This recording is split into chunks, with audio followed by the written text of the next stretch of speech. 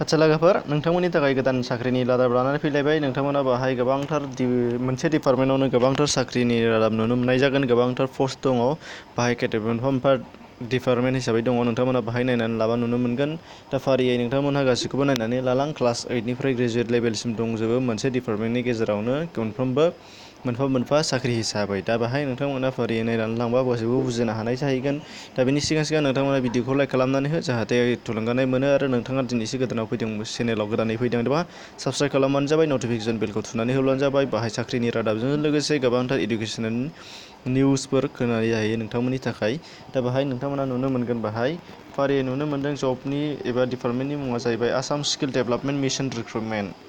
Assam skill development mission बाहाय नोंथांमोननि थाखाय साख्रि ओंखारनाया बेनो नोंथांमोना बाहाय नुनो मोनदों। नाथाय कन्ट्राक्चुएल बेसिसाव नोंथांमोना बेखौ नुनो मोननाय जागोन। कन्ट्राक्चुएलसो पारमानेन्टआ उनाव जालांगोन कन्ट्राक्चुएल आरोखि। बेनिफ्राय नोंथांमोना लास्ट डेटखौ फार्स्टआव नायनानै लाबानो जाबाय 31 जुलाइ। 31 जुलाइआवनो नोंथांमोना नुनो मोनदों बाहाय 31 जुलाइ। बेनिफ्राय नोंथांमोना फार्स्टआव नुनो मोनदों काउन्सिलरनि पस्टआ जाहैबाय मोनसेल'। ओमफ्राय 23निफ्राय 40 इयार्ससिम नोंथांमोना बाहाय नुनो मोनदों। बिथांमोना बैसोआ 23 आरो 40नि गेजेराव जानांगोन। इडुकेसनेल क्वालिफिकेसना एनि ग्रेजुवेट जायखिजाया 1 इयार डिप्ल'मा कम्पिउटार एप्लिकेसननि डिप्ल'मा थानांगोन 1 इयारनि। बेनिफ्राय जायखिजाया ग्रेजुवेटबानो नोंथांमोना बेखौ एप्लाइ खालामनो हानाय जागोन। बेनिफ्राय ओरै फारियै नुनो मोनदों नाम्बार 2आव प्लेसमेन्ट क'अर्डिनेटर। प्लेसमेन्ट क'अर्डिनेटरावबो मोनसेल' पस्ट, बेबो 23निफ्राय 40। फार्स्ट बुंखानाय जाबाय 23निफ्राय 40, मेक्सिमाम 40, मिनिमाम 23 इयार्सनि गासैबो एप्लाइ खालामनो हागोन मोनफ्रोमबो पस्टआवनो। बेनिफ्राय नोंथांमोना बाहाय नुनो मोनदों पस्टनि नेमाव जाबाय सेकेन्डआव मा होनदोंमोन प्लेसमेन्ट क'अर्डिनेटर 1 इडुकेसनेल क्वालिफिकेसना ग्रेजुवेट जायखिजाया ग्रेजुवेट मोनफ्रोम जायखिजाया डिसिप्लिननि आर्टस कमार्स साइन्स जेबो नङा। बेनिफ्राय 1 इयार कम्पिउटार डिप्ल'मा थानांगोन होनदों। थार्डआव नुनो मोनदों पस्टनि मुं रिसिपसनिस्ट। रिसिपसनिस्टआव नोंथांमोना बाहाय नुनो मोनदों रिसिपसनाव थानांगोन बेबो मोनसेल'। बेनिफ्राय 23निफ्राय 40 इयार्ससिम। बेनिफ्राय नोंथांमोना फार्स्टआव गोसोआव लाफा केटेगरि वाइस बाहाय राननाय गैया। मोनफ्रोमबो केटेगरिनि ST SC जेनेरेल गासिबो बेखौ एप्लाइ खालामनो हानाय जागोन। एनि graduate with 1 year computer diploma बेबो एखे।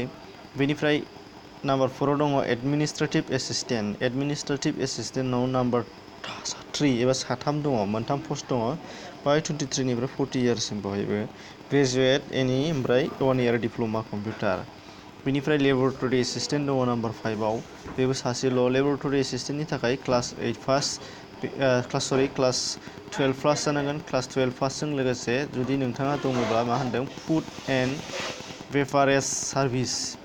बेभारेज सार्भिसनि डिप्ल'मा थादेरनांगोन होनदों। मानो होनबा नैबाहाय नोंथांमोना जेखौ नुनो मोनदों लेबरेटरि एसिस्टेन्टआव बाहाय फुड एन्ड बेभारेज डिपार्टमेन्टनि नांगौ जानानै फैदों। बेनिफ्राय सेकेन्डआव दङ लेबरेटरि एसिस्टेन्ट, बेयाव हाउसकिपिंआवबो सासेल', बेबो जाहैबाय क्लास 12 पास जानांगोन। बेनिफ्राय हाउसकिपिंनि सार्टिफिकेट दङब्ला थाफेरगोन आरोखि।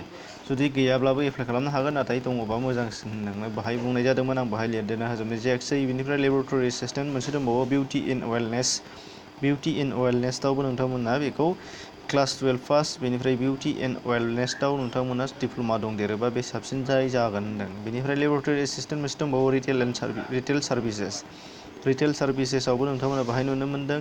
बिनि थाखायबो नोंथांमोना बेखौ रिटेल एन्ड सार्भिसेसनि सार्टिफिकेट दङबा थादेरबा मोजां आरो क्लास 12 पास जानांगोन, हायार सेकेन्डारि पास। बेनिफ्राय लास्टआव दङ पियना 2 नांगोन होनदों। बेबो 23निफ्राय 40 इयार्ससिम, नाथाय 8 पास, मिनिमाम 8 पासल'। 8 पासआनो एप्लाइ खालामनो हानाय जागोन। बेनिफ्राय मेक्सिमाम मेट्रिक पास एप्लाइ खालाम।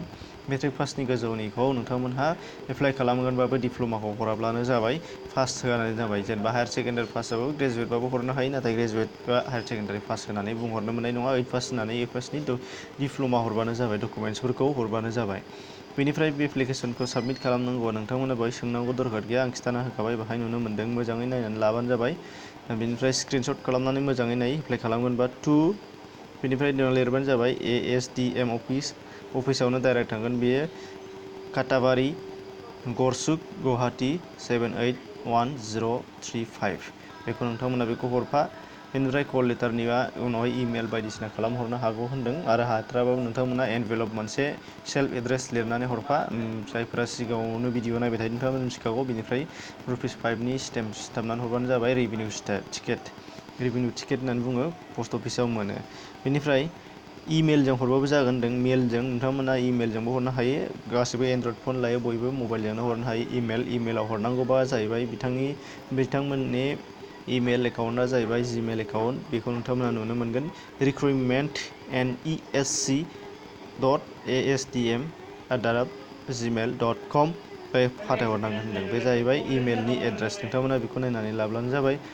बेनिफ्राय सेकेन्डआव नोंथांमोना नुनो मोनदों बाहाय पिअनि थाखाय जोबोद गोसो होनांगौ दङ। बाहाय गुबुन गुबुन मोनफ्रोमबो पस्टनि थाखाय बाहाय इन्टारभिउ लानाय जागोन, जे रिटेन लाग्रोनाय जागोन। बेनिफ्राय फार्स्ट सेकेन्ड स्टेप इन्टारभिउ लानाय जागोन। बेफोरबायदि स्टेपा दङ। एग्जामनि स्टेपजों एखे, नाथाय पिअनि थाखाय बेयाव वाक इन्टारभिउ जागोन होनदों। 1 आगष्टआवनो जागोन। 1 आगष्टआव नोंथांमोना पिअनाव जायफोर एप्लाइ खालामगोन बिथांमोननि थाखाय वाक इन्टारभिउ माने थांनानै इन्टारभिउ लाजाहैनांगोन 1 आगष्टआव। बाहाय कल लेटार हरलायनाय जायाबो जानो हागौ। बेनि थाखायनो नोंथांमोना जायफोर एप्लाइ खालामदों बेखौ थांनांगोन डाइरेक्ट अफिसाव। अफिसाव बबेयावमोन, बबे अफिस, बेखौ नोंथांमोना सोंनांगौ दरकार गैया। नोंथांमोना बेखौ नुखादों, दहायनो खिन्थानानै होखादों। एड्रेसा जाहैबाय गुवाहाटियाव दङ।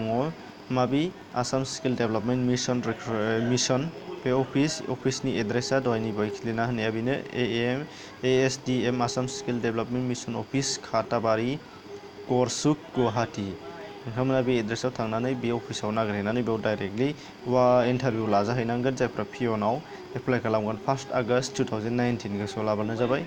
ओमफ्राय नोंथांमोननि थाखाय भिडिअआ दिनै माबायदि जाखो, नोंथांमोना मोजां मोनदोंबा लाइक खालाम, कमेन्ट खालामबा खालाम, आरो नोंथांमोना चेनेलखौ साबस्क्राइब खालाम आरो डिसक्रिपसनाव हाबलांथार। बेनिफ्राय मोनसे खोथा, जायफोर नोंथांमोननि गेजेराव कारेन्ट एफेयार्स जिके जायफ्रा नेनानै दंबाय थादोंमोन, नोंथांमोननि थाखाय आं दा मानि खालामनाय जायाखै बेखौ नोंथांमोना जेबो साननो नाङा। आं खेबसेनो 2019नि जानुवारि टु जुलाइसिम कारेन्ट एफेयार्स बुथुमगासिनो दङ। बेनिफ्राय जुलाइसिम खनसेनो नोंथांमोननि थाखाय होगोन। सानसेयाव मोनसे होस्लायस्लाय खेबसेनो गासै 7 मासनि होनाय जागोन। बेनि थाखायनो नोंथांमोनाखौ हरथ'नाय जाथ'वाखै। अब्ला लोगोफोर दिनैनि थाखाय एसेनोसै, गोजोन्थों।